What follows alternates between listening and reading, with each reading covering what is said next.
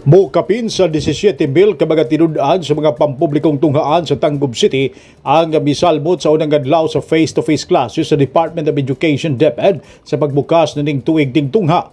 Gipadayag ni Lay Inayo ang Tangub City Schools Division Information Officer na human ang gihimong monitoring sa mga kadagkuan sa DepEd Division sa Tangub, hanay og nahimong malampuso ng unang adlaw sa pagbalik sa face-to-face classes sa matag tunghaan pinagiusab sa pakigtinabangay sa mga stakeholders niini.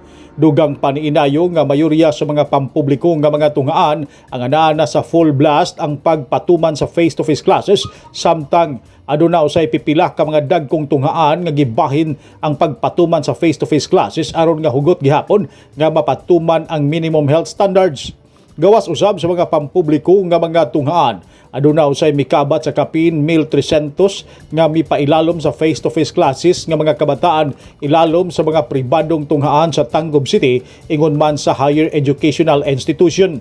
Alayon niini gimando ni Tangub DepEd Schools Division Superintendent Nympha Lago ngadto sa mga magtutudlo og tinun-an nga ipatuman gayud ang health ug safety protocols. Dugang niini nga angay usab nga gamiton ang mga media assisted instruction sama sa audio video ug self-learning materials nga gigamit sa radio-based instruction ug TV-based instruction ug labaw sa tanan maihatag ngadto sa mga magtutudlo ang dekalidad nga edukasyon ngadto sa mga tinun-an. Neptali Batolino, Newsline Philippines, Province of Misamis Occidental. Stay safe.